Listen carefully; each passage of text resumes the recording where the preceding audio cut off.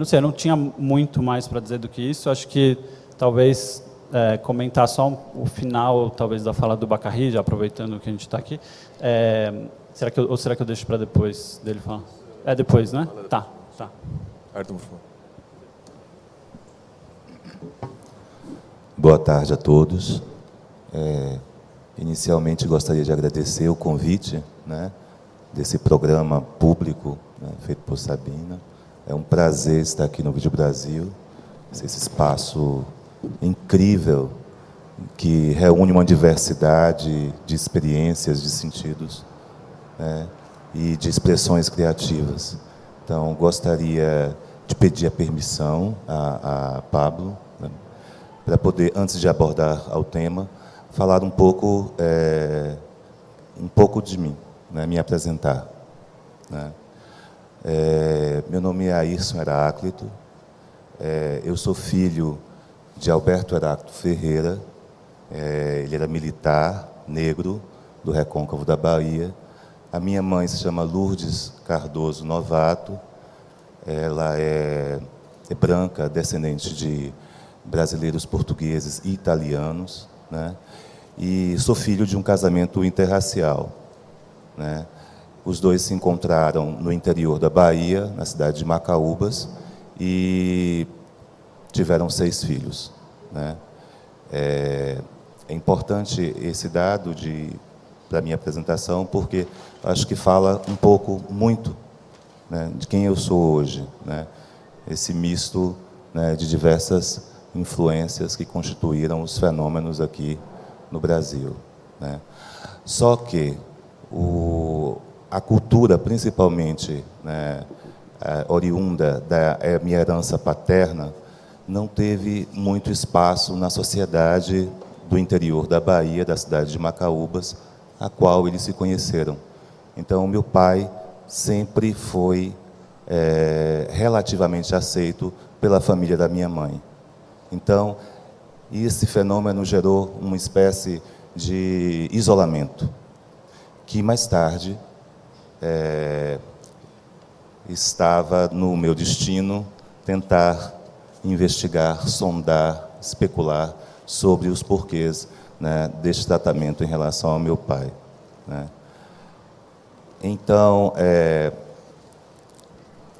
eu saí do interior da Bahia e fui para Salvador, que é uma cidade eminentemente negra, Salvador da Bahia, né? A nossa conhecida Roma Negra, devido ao fenômeno da escravidão moderna, muitos negros africanos entraram por Salvador, né, e ocuparam, né, a Bahia, na sua Interlândia, a Bahia de Todos os Santos, na cidade onde eu trabalho e vivo hoje, que é a cidade de Cachoeira, né? Então, existe esse fenômeno. Então, essas questões, né, da minha família reverberaram no momento em que eu cheguei àquela sociedade de Salvador. No momento, Salvador estava passando, isso foi no início da década de 80, passando por um momento político importante, principalmente desta afirmação, né, dos valores afro-brasileiros presentes na constituição da sociedade. Ok. Então, estava se criando uma série de movimentos sociais, né, muitos blocos afro, né, comunidades de carnaval estavam sendo criadas, e, com isso, toda a construção de um discurso, né, de afirmação identitária, né, principalmente sobre a valorização das influências africanas no Brasil. Então, eu cheguei em Salvador nesse contexto e cheguei com essas dúvidas em relação ao meu pai, em relação à minha própria constituição, né, identitária.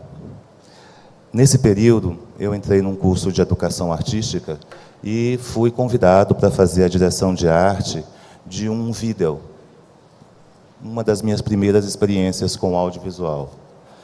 E esse vídeo era um pequeno documentário de uma sacerdotisa negra muito importante, descendente da linhagem Fon do Jeje Marie, em Cachoeira. Então, gostaria também de apresentar, né, esse segundo momento da minha vida, essa segunda família que se constituiu. Então, eu sou neto de Gaiacu Luísa, sou filho do rumbono José Carlos Lisboa, né, e tenho muitos filhos e irmãos, né, e tenho outros pais e outras mães, né. Então, nesse período, eu comecei, sem entender muito, eu comecei a entrar dentro de um universo, né, fazendo esse trabalho de documentário, esse universo dessa prática religiosa que estava sendo construído, né, no terreiro, no Rumpame, né, que é como se chama terreiro no FON, no Rumpame, Runtologia, né, na Levada de Alta de Cachoeira da Bahia. Então, foi um contato, o primeiro contato, eu fiquei uma semana, né? Era incrível como a minha percepção, né, alterou bastante. Eu desconhecia quase tudo, absolutamente tudo, mas a minha percepção em relação às pessoas, em relação aos espaços e em relação ao momento que eu estava vivendo ali, era diferente. Era uma percepção não comum. E aí eu vivi um ritual e registrei um ritual nesse documentário chamado Boitá, onde se oferece um boi, né, em sacrifício ritual. É a festa mais importante, né, do Jeje, né, da religião Jeje. Então, foi extremamente intenso para mim. Depois eu voltei, eu desci desse espaço. Exatamente quando eu desci desse espaço, parece que o mundo voltou, né?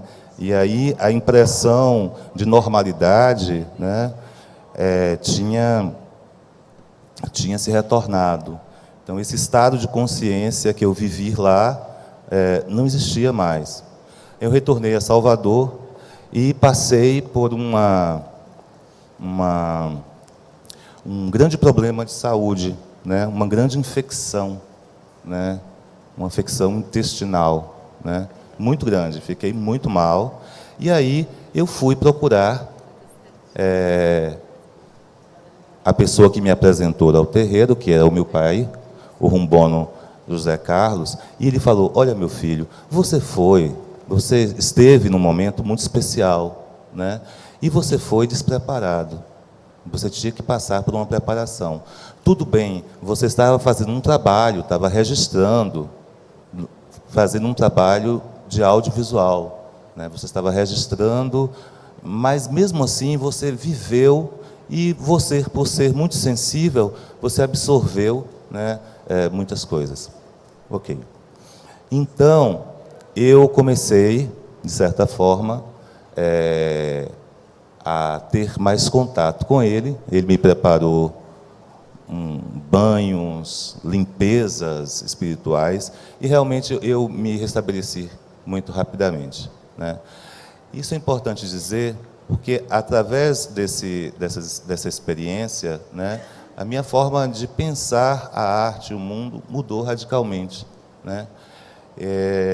Logo depois eu descobri a poesia, né, e os ensinamentos estéticos e de vida filosóficos do Joseph Beuys, né? Então, eu sempre fico falando que eu descobri o Beuys pela essa dimensão do candomblé, né? E, a partir daí, o meu olhar e meu pensar no mundo, né, é filtrado por essas ideias, por essas concepções. Então, é lógico que a construção da minha poética, né, ela está associada a esses fatores, né, e a minha própria experiência pessoal frente às questões que estou abordando, né. E é lógico que é importante pensar também que essa relação entre arte e magia, né, sempre existiu, né, no mundo, né, na antiguidade, e mesmo depois da lacaização do mundo, né, da dessacralização das coisas, mas sempre foi recorrente esses temas mitológicos, sagrados, dentro do repertório artístico, né? E o meu trabalho, em verdade, é pensar todo um acervo, né, um acervo que vem de experiências, né, que eu tenho no candomblé e experiências também e pesquisas e estudos, principalmente das mitologias. O meu interesse sempre foi ficcional. Eu sempre fui apaixonado. Minha mãe é professora de história, meu irmão, dois irmãos professores de história também. Uma amiga falou: você é professor porque você sabe contar história bem, né? Acho que me define um pouco isso. Meu interesse sempre foi ficcional e nunca etnográfico. Primeiro porque eu não vejo muita diferença das coisas. A gente falando de bordas hoje, né, entre realidade e ficção, registro documental. Mas meu interesse não é um interesse clássico. Eu venho dessa tradição. Eu sempre fui apaixonado por mitologias gregas, mitologias aborígenas brasileiras. E há mais de 17 anos, quando eu descobri esse universo da religião do candomblé, as mitologias, né, principalmente da tradição iorubana e da tradição jeje, né? Então, é um manancial incrível. Essas mitologias, né, é importante ressaltar, algumas precisam ser resgatadas, né, porque não existe mais o conhecimento delas. Então, o meu trabalho presta também para isso. Mas muitas são vividas, né? Então, essa dimensão entre natureza e magia, para mim, é extremamente contemporânea, né? Porque a minha vida hoje, certo, é conviver com esses mundos, né? Então, eu tenho essa família, além de artista, eu faço parte, né, deste mundo, e não sou, inclusive, convidado porque eu sou um artista, né? Às vezes eu participo dos rituais, das festas, mas como o retratista do terreiro, né, a pessoa que o filma, sem nenhum objetivo artístico, né, mas pelo meu conhecimento, né, da própria religião, eu tenho a permissão de fotografar, de registrar. Mas os meus trabalhos não partem desses registros, os meus trabalhos partem de uma construção, né, uma construção ficcional. Eu não sei se eu já falei muito, mas era isso que eu queria falar um pouco sobre você. Muito obrigado. Talvez, não sei se vocês têm uma resposta imediata às apresentações outras, ou talvez eu possa fazer uma pergunta ou dois para começar. Se vocês têm. Então, está passando uma coisa em relação à apresentação de Bacari. Essa concepção de arte como magia e como instrumento, como tecnologia, não? Se você tem tecnologia, que a tecnologia é um suporte para outra coisa, não? Então, também, talvez simplificando outra vez, a magia o ritual tem um objetivo, tem uma função, quer fazer uma intervenção de um certo tipo. Se a arte é magia, é tecnologia, então a arte também precisa, por definição, ter um objetivo, uma função, que é uma coisa que é estranha à concepção teoria estética clássica de uma autonomia, uma carência de intencionalidade, não? Então, vocês acham que a prática artística em geral, a prática artística de vocês, tem esse caráter de servir para algo, de ter um objetivo?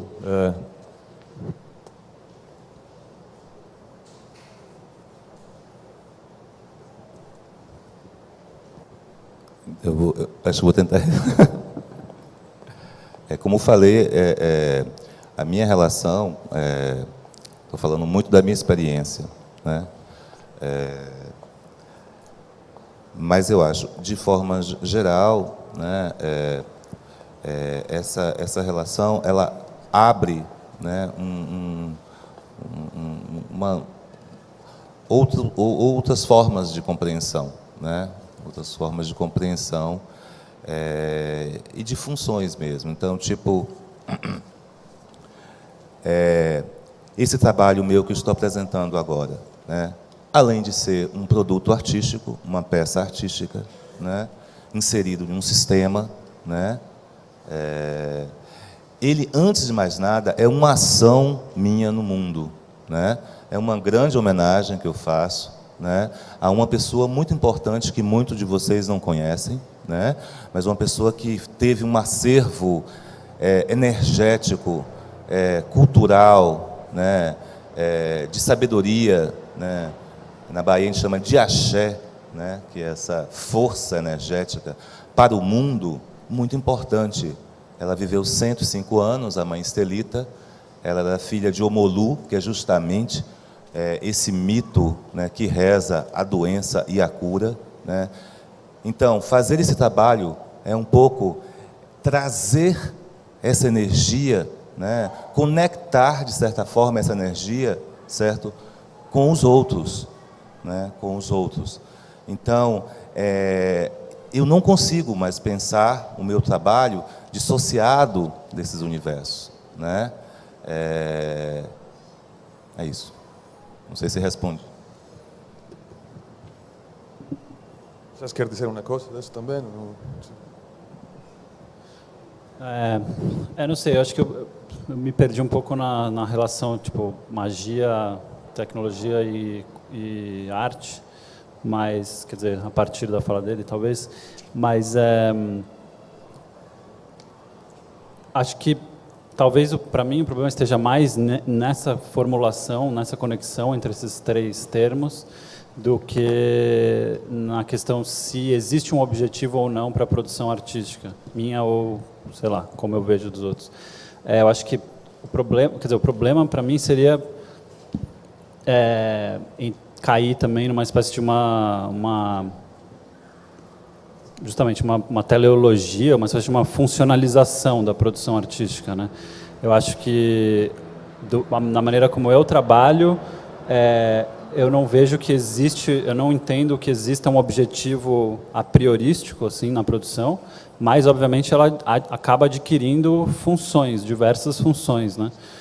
Por exemplo, fazer um festival de arte contemporânea. Ela vira um elemento cuja função é fazer com que esse festival exista, ou uma função dentro do mercado da arte, enfim, vira uma mercadoria que é trocada dentro das regras e assim por diante.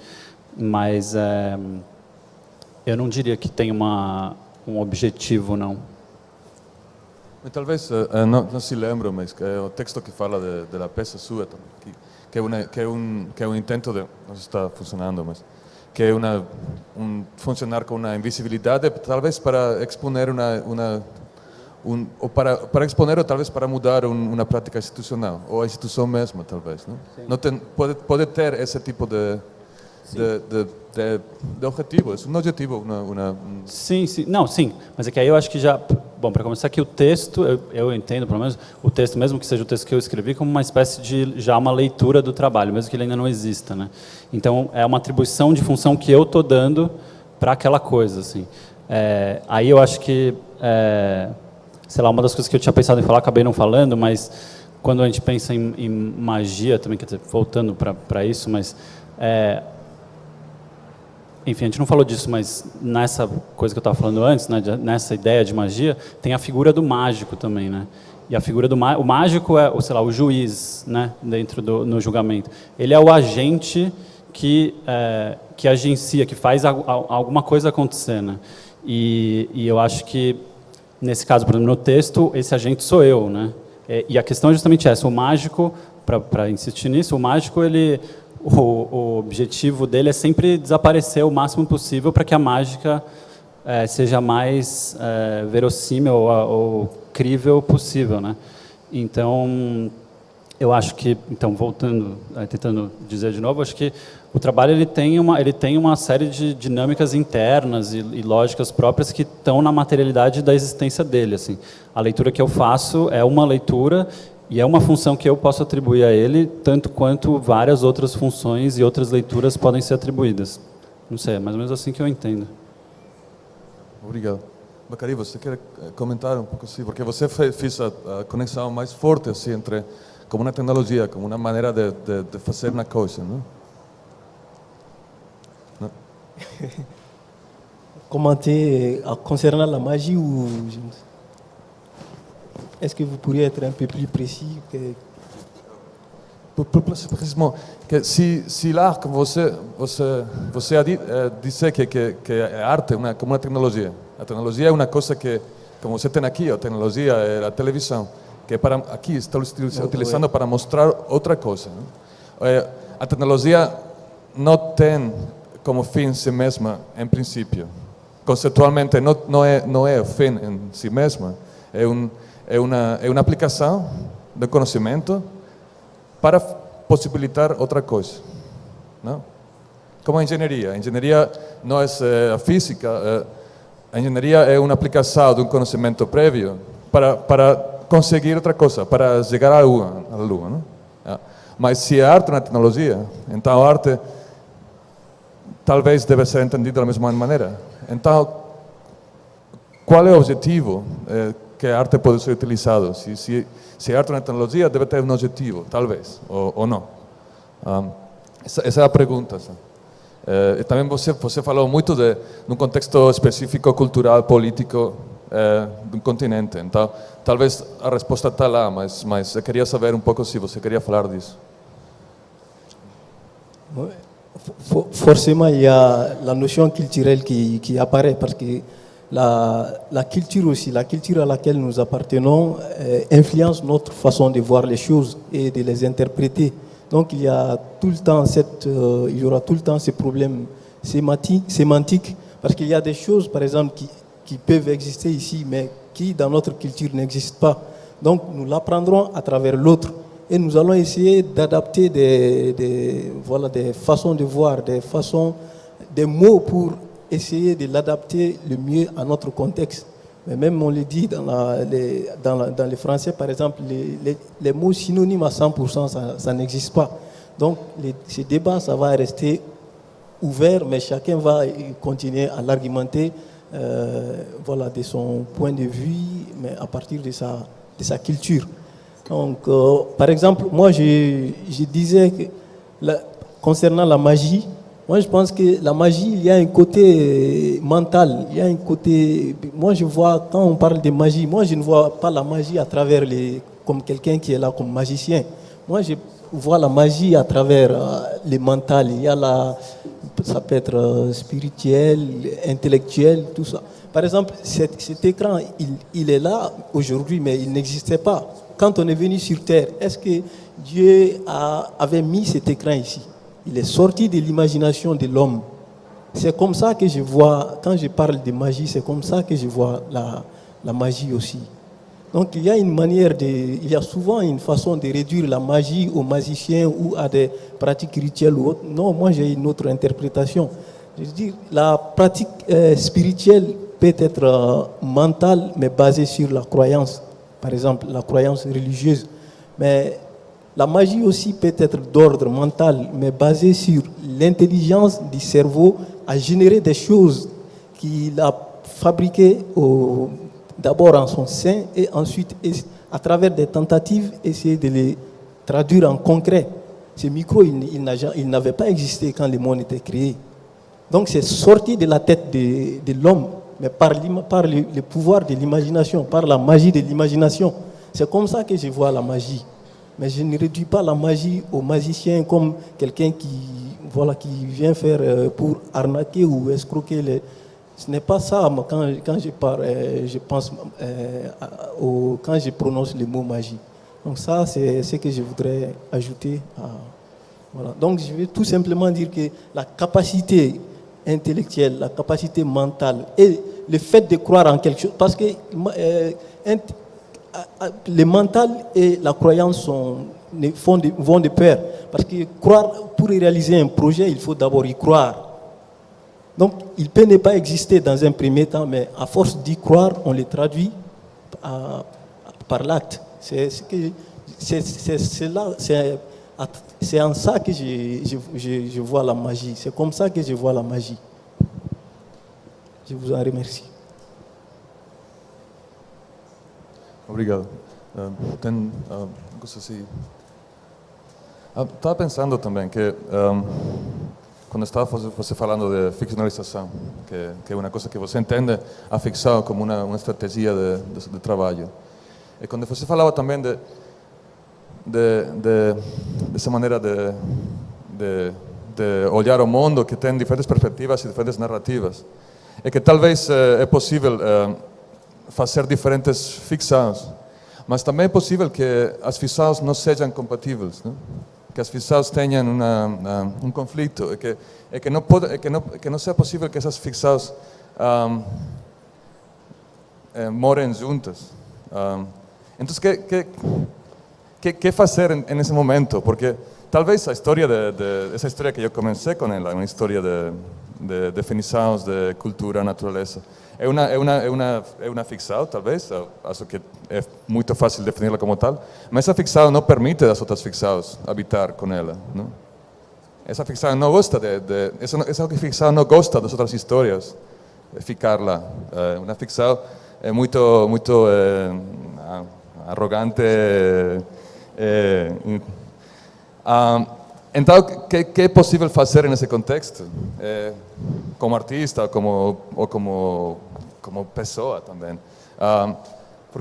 Porque não somente contar outra história ao mesmo tempo vai poder contrarrestar o poder, que é um poder narrativo, um poder também político, econômico da ficção forte. Tem alguma ideia disso? Porque, em teoria, a palestra está também focada como uma palestra que fala de um movimento antimoderno, não? Uma crítica, um intento de talvez abrir, talvez destruir um discurso moderno. Então, como vocês acham que essa relação entre uma ficção e outra pode ter lugar?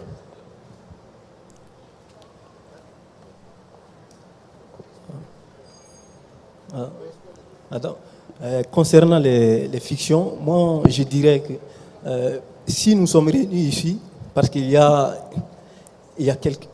quelque chose qui nous réunit quelque part. Donc, mais dans ces quelque chose qui nous réunit, il y a des ramifications et chacun se trouve avec ses spécificités, mais qui lui impose aussi de tenir compte des autres parce que les autres existent.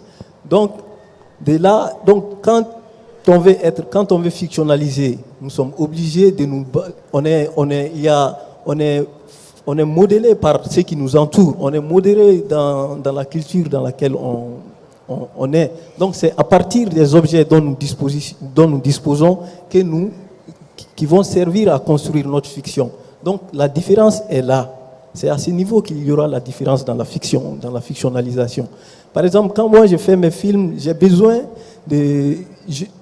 pour atteindre, pour toucher le plus le peuple auquel j'appartiens, je passe par les choses qui nous réunissent. Donc, mais ces objets peuvent nous être propres, mais on peut s'en servir pour raconter des sujets qui sont d'ordre universel. C'est ce que j'ai fait avec par exemple avec mon travail. Donc je l'ai fait en me basant sur des objets qui sont issus du terroir malien. Mais c'est une sorte de fiction qui se base sur les objets du quotidien malien, de la ruralité malienne, mais qui parle d'un sujet qui est d'ordre universel. La violence, elle est partout. Donc tout le monde souffre de la violence, elle est omniprésente, ça fait partie de notre quotidien. Et voilà, donc cette violence, le souhait de tout le monde, c'est de l'éradiquer. Donc les Brésiliens ont envie qu'il n'y ait pas de violence. Au Mali, nous avons la guerre, nous avons envie qu'il n'y ait pas de guerre. C'est pour cela que nous sommes motivés à faire tout ça. Donc quand j'ai fait ce travail, c'était une sorte de prémonition, mais la guerre n'avait pas éclaté. Mais je voyais la chose venir. Donc ça m'a poussé. Donc on est poussé on a tous des territoires d'attache, donc dont les réalités nous poussent à penser des sujets, mais qui peuvent être dont les contenus aussi peut trouver leur écho chez les autres. Donc c'est comme ça. Donc il y a la violence en Chine, il y en a au Mali, il y a au Congo, il y a la violence, il y a... Donc voilà. Desculpa. Desculpa, só porque eu queria complementar a pergunta do Pablo, essa questão, para provocar um pouco mais, talvez, e agora também um pouco depois da boa resposta do Bacari. Retomando uma questão que o Roberto colocou logo no começo. Essa ideia da magia como enganar e tudo, a gente estava conversando aqui, abre um possível, né? Digamos que existe uma espécie de potência nesse ato de ficcionalizar a natureza a partir da magia, da mágica, e isso abre uma espécie de possível a partir de um jeito que talvez a gente consiga criar novas formas de compreensão. Em relação ao que o Pablo disse, talvez o projeto contemporâneo, se a gente pudesse opor o projeto moderno ao projeto contemporâneo, o projeto contemporâneo talvez ele vá se construir, ou vem se construindo, a partir de um reconhecimento de uma igualdade entre essas coisas todas que compõem a natureza. E talvez um dos modos da gente olhar para isso seja ficcionalizar o extremo, para que a gente fique enganado e consiga alcançar uma espécie de potência em não conseguir olhar diretamente as coisas, em criar possibilidades outras que não são aquelas que a modernidade deixou extremamente operacionalizadas. A natureza existe, projeto moderno, a natureza existe como um processo de transformação na qual o ser humano exerce a sua força e a transforma. Bom, a gente viu que deu errado, né? Haja visto o que anda acontecendo agora. Talvez essa possibilidade da enganação, sentido mais aberto, é claro, entre aspas, não será daí que vai vir uma possibilidade da gente, inclusive, repensar as nossas relações com a própria natureza e conosco, com a gente próprio? Obrigado. Eu também... Eu acho importante também o próprio conceito assim como eu compreendo, né, do que é o ficcional, né? É um conceito também construído ideológico, né? Então... Mas a ficção, como o Eduardo falou, abre para essa tática, né, na verdade, de você criar outras possibilidades de existência, né? Particularmente como artista, esse é o local que me encontro, né?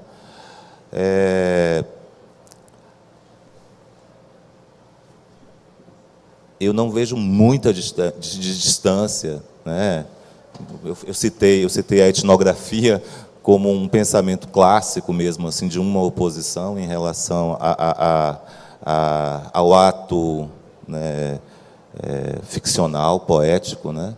Mas assim, não vejo também algo negativo, né? Não vejo a mentira, né, o mentir como algo negativo, absolutamente.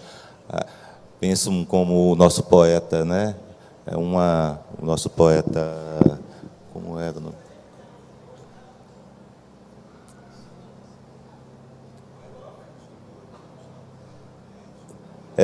Mas esse é o nosso poeta maior, mas tem um poetinha maravilhoso do Rio Grande do Sul que diz que a mentira é uma verdade que esqueceu de acontecer, né, de uma forma bastante provocativa. Mas acho também que as construções de mundo, né, as imagens que se formam em relação aos mundos, né, elas também são construídas com um interesse ideológico, né, profundo, que a gente tem que ser crítico para saber conviver com elas e não acreditá-las como verdades, né? Então, o mundo que a gente acredita ser, né, esse mundo, né, da verdade, né, é uma invenção, sempre foi uma invenção. Então, é importante a gente ter esse tipo de dimensão. Se você quer dizer algo depois, a gente pode abrir para perguntas também. Não, é só... bom, não sei, eu acho que, assim, a princípio eu concordo com o que vocês falaram e tudo, eu só acho que o problema enfim, a maneira como eu entendo, assim, existe um problema enfim, voltando à pergunta, né, assim, como fazer com que as ficções incompatíveis habitem um mesmo mundo em que as narrativas não são compatíveis, sei lá. E aí, claro, eu acho que, obviamente, é um problema de poder, e eu acho que, quer dizer, você perguntou o que a gente acredita que pode ser a saída, né, para que essas narrativas habitem juntos, se é que a ideia é que elas habitem juntas. E eu não sei, eu acho, ao contrário, eu acho que o que a gente está vendo hoje não é mais o projeto moderno, já faz um tempo, assim. Não sei se eu entendo errado o que é o projeto moderno ou o que está sendo chamado aqui de projeto moderno. Mas eu penso, assim, que do ponto de vista econômico, por exemplo, assim, o Brasil, como grande exemplo, o Chile, que seja, a ideia de uma concepção de economia neoliberal, ela já inclui, isso já se tornou o status quo, assim, isso já é a maneira como a gente vive hoje, ou seja, uma espécie de laissez-faire, e todo mundo pode pensar o que quiser, cada um acredita no que quer, e supostamente assim a gente pode conviver. Eu acho que, e é justamente, eu acho que grande parte, o que a gente está vendo hoje, talvez, como eu entendo, não seja exatamente unicamente um problema de um projeto moderno fracassado, mas já os resultados disso, assim, a ditadura no Brasil, a ditadura no Chile, a ditadura na Argentina, a maneira como a política funciona nos Estados Unidos e, em grande medida, na Europa, como a gente tem visto ultimamente, cada vez mais, de um jeito mais evidente. Então, acho que, por exemplo, quando a gente pensa em convivência, tem uma dimensão ideológica de conviver é uma pessoa estar junta com a outra, simplesmente. E aí acho que é importante pensar em violência, né, que foi uma palavra que o Bacari trouxe. Existe uma guerra no Brasil também, existe um problema de democracia no Brasil também. O Brasil é um dos países mais violentos do mundo, assim, a atuação da polícia militar, por exemplo, aqui, né, estou me referindo especificamente. E aí eu acho que, voltando, acho que a solução seria, quer dizer, a maneira de encarar isso seria pelo conflito. Seria pela discordância, por exemplo, enfim. E aí o problema seria se reapropriar da ideia de conflito dentro de uma outra concepção que não seja dessa violência, porque a gente, não sei, eu me sinto vivendo numa situação de guerra, literalmente, assim. E só que justamente a construção semântica do que é uma situação de guerra, do que é uma situação de falta de liberdade, do que é uma democracia, ela já foi feita de tal modo que, a princípio, a gente vive numa democracia, mas que democracia é essa, exatamente, né? Que liberdade é essa que a gente tem e que noções de política e de violência e de conflito são colocadas em marcha em diversos momentos para que a maneira como as coisas funcionem continue funcionando como elas funcionam ou que elas mudem, assim. Acho que, enfim, sem querer me alongar muito, mas a maneira como a mídia ou, enfim, os políticos no Brasil, pelo menos, ou para falar de fora, Occupy Wall Street, o que tem acontecido no Egito, na Espanha, em vários outros lugares, na Turquia, mais recentemente também, deflagra isso muito claramente. Assim, existe um problema político seríssimo que está pulsando e que precisa de uma solução, enfim, não sei se uma solução, mas que ele precisa ser tratado de uma maneira diferente. E a minha impressão, o meu palpite é que não tem a ver com conviver mais, na maneira como a gente entende o que é conviver, o que é estar junto, simplesmente aceitando a alteridade tal como ela é. Eu acho que tem a ver justamente com a produção de um conflito dentro de uma chave, de uma concepção política que é completamente diferente daquela que foi martelada na nossa cabeça, de que conflito é guerra, de que conflito é destruição da alteridade, né? Então parece que a gente tem só essas duas opções, ou a gente fica na paz, aceitando o que é o outro, ou a gente vai para a guerra. E eu acho que a gente está precisando mesmo, talvez, de uma outra maneira de articular todas essas coisas. Muito obrigado.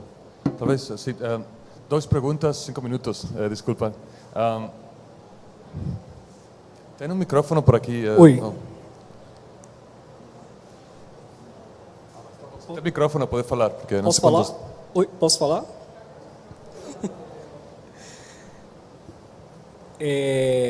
Eu fiquei muito aliviado assim quando o Bacari falou sobre essa questão semântica da magia, assim, porque eu sempre tive uma sensação e uma experiência em relação à palavra magia que não tem nada a ver com enganação, com nada, assim, mas com uma experiência sensível mesmo, né? Assim, como algo que está muito associado a algo que não está relacionado mesmo com o charlatanismo, com a enganação, enfim.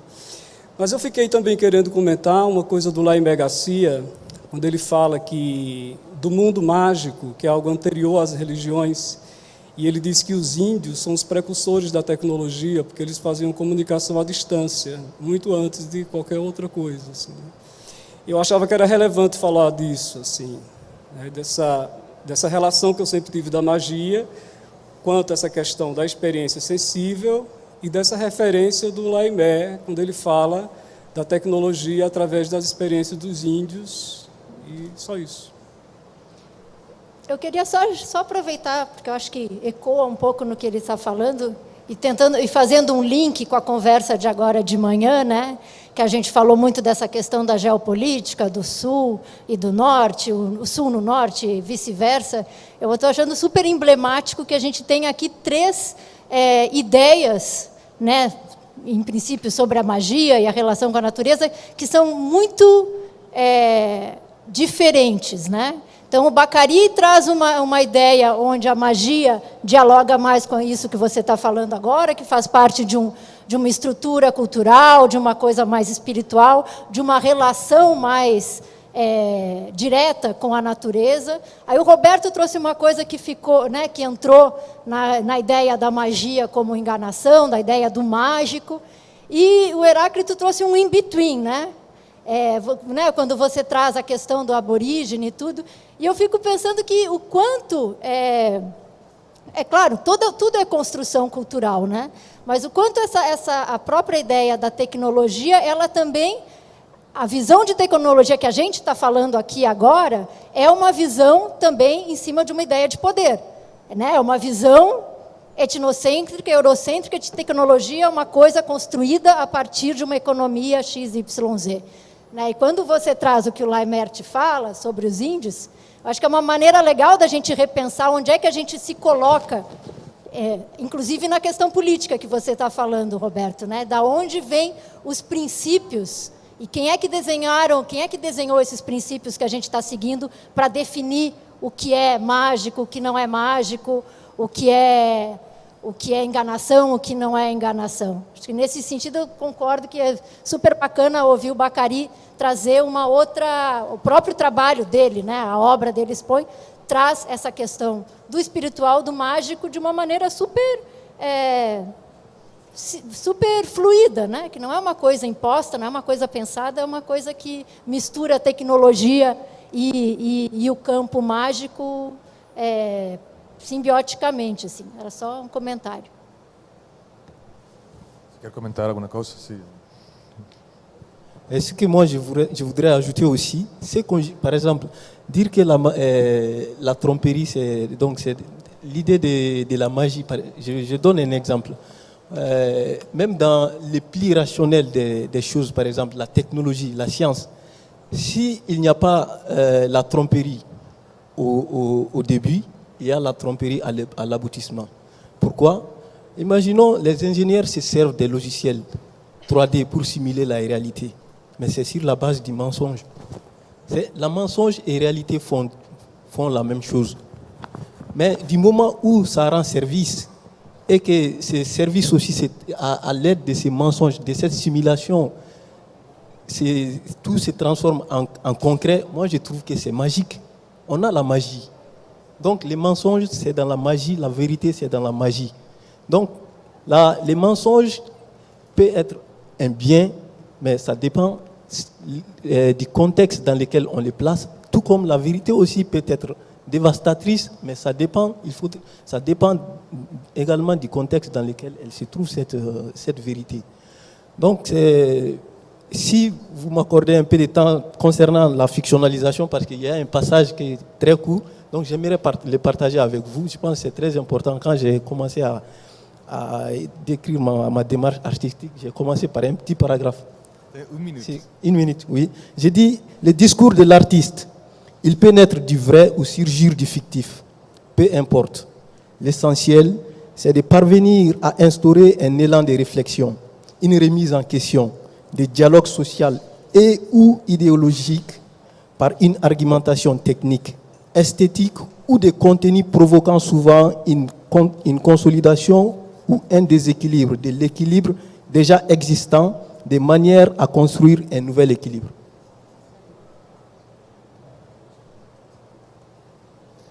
C'est fini. Oui. Precisamos acabar porque tem que preparar espaço para a performance. Mas se a gente quer fazer perguntas individualmente aos participantes, o que também é possível aqui fora. Muito obrigado por tudo, foi interessante. Obrigado também pelo Brasil. Obrigado a vocês também. Gente, obrigado a todos. Antes de terminar, lembrar duas coisas. Às 8h30, performance o Samba do Crioulo Doido aqui nesse espaço. E amanhã às 11h, uma mesa sobre design aqui nesse mesmo espaço também. Oi. Desculpa, gente, eu fiquei afobado. É a performance do Luiz de Abreu, o Samba do Crioulo Doido, misturando aí performance com dança para falar em territórios, imperdível. E amanhã às 11h, um debate aqui sobre design, identidade visual em torno do festival e dessa instalação toda aqui. A gente se encontra, obrigado.